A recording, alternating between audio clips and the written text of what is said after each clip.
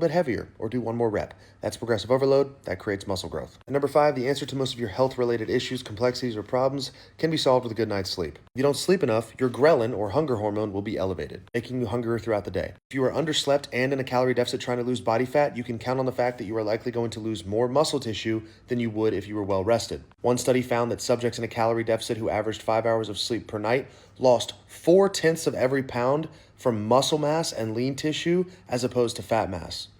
That means 40% of the weight that they lost was lean mass. That's terrifying. It is not easy, but it is simple. Don't overcomplicate it. So I was doom scrolling this morning, and I saw one of the most profound health-related quotes I've seen. It was from Aubrey Marcus, the CEO of Onnit's Instagram, and it said, "Everybody in life has a laundry list of problems until they have a health problem, and then they only have one problem. Yet we continue to take out loans against our health that we can't pay back in the form of consistently poor sleep, consistently bad dietary choices, and a consistently sedentary lifestyle." And I thought, holy shit, how true is that? The amount of people who are getting these diseases later in life as a result of 20 years of just bad choices, just 5 or 6 wrong choices every day that accumulate for 30 years is unbelievable. It's a massive amount. Coronary artery disease, diabetes, obesity, right? This is all death by 1,000 paper cuts. They make these small decisions every day that eventually come back to bite them when they're 45, and then they have one problem. It's the disease. And then they've got to make these massive changes in their 40s that would have been easier to make in their 20s. So in my opinion, if the statistics are what they are, we know that roughly 80 to 90% of these diseases later in life, these early all-cause mortality diseases, are lifestyle related, and about 10% are genetic. I would not play those odds. I would not play those odds. If someone told me you can stick your hand in this box and there's a 10% chance that you're going to pull a check out for $10 million and you'll be rich and can retire and do whatever you want, but there's a 90% chance that there's a rattlesnake in this box and there's no anti-venom, and if it bites you, you'll die, I'm not going to take those odds.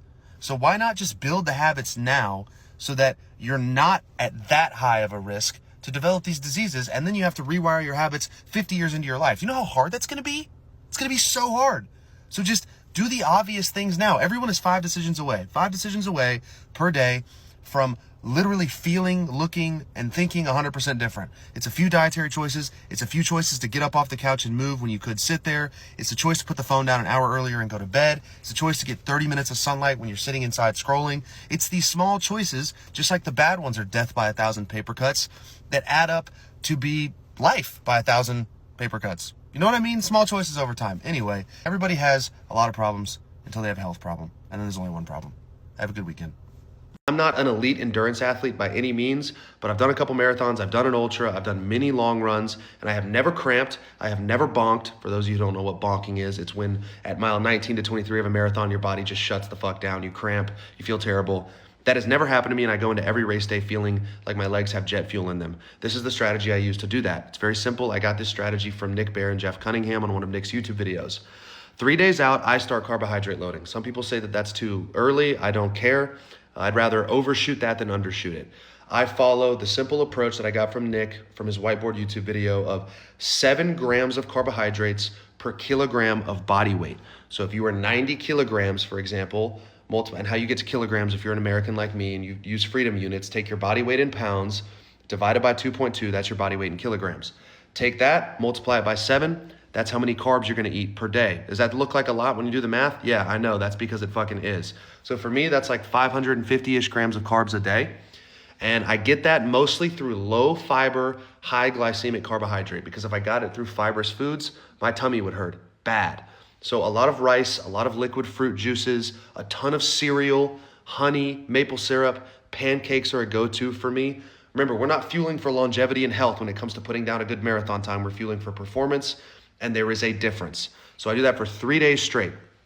On the day of the race, I wake up approximately 3.5 to 4 hours before the race starts. I have 100 grams of carbs, as well as about 1,000 to 1,500 milligrams of sodium about an hour and a half before the race. I give myself plenty of time to go to the bathroom, do my business, let the food digest so I'm not burpy or having an upset stomach when I start. And then 20 minutes before the race, I have a goo gel. So 25 grams of carbs, 20 to 30 minutes prior.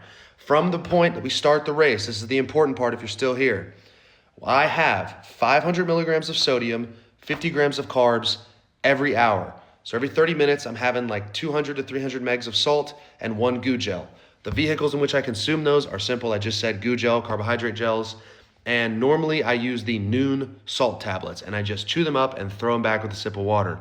This past weekend at the New York Marathon, I used salt tablets. So I do that every 30 minutes on the minute. And I maintain that for the whole race. Towards the end of the race, if I have extra in my bag, extra salt, extra carbs, I just hammer them to try to maximize my performance to the end. This strategy works perfectly for me every time. I've used it in a 50K, I've used it in 2 marathons now, and I've used it on multiple 18 to 22 mile runs. So if you needed a fueling strategy, I hope that helps. It is not easy, but it is simple. Don't overcomplicate it. One of the worst cultural trends in corporate America is the trend that money talk should be stigmatized heavily, and it is somehow rude, disrespectful, or arrogant to openly and transparently talk about how much you make in the office space. The best thing a mentor ever did for me when I was young in my early 20s coming out of school was tell me that he made $300,000 in his late 30s as a sales rep. There was an amount of money that literally wasn't in my conscious plane of awareness because I did not think it was possible to earn that much. Back when I was 23, I thought if I could make $100,000 a year, it would be insane and almost felt scary to think about saying. But him telling me, hey, I made this much, here's how I did it, I'm not smarter than you, I just did the work, it's actually very possible and reasonable to do this, made it real in my plane of conscious awareness, and I went out and I made more money than I ever had in my life that year. So if you're in corporate, I highly suggest having a mentor who's open with you about their earning potential and their earning capacity rather, because it's not a thing of arrogance or cockiness. I believe corporations want us to stay quiet about that, so their high performers and high paid employees don't tell their lower paid employees or people they brought in under budget because that's what the company wants to do, how much they could really make. Because then we'd rise up and we'd all make bread. That's my conspiracy theory for the day. It isn't easy, but it is simple. Don't overcomplicate it. You just give me like 2 minutes. I'm going to give you 5 things that'll completely change your life for the better. Number 1, you're going to get morning sunlight on your face and eyes every single day. This is going to do a lot of things. Number 1, it's going to tell your body and brain, it's daytime. Let's do the daytime things. We're diurnal creatures.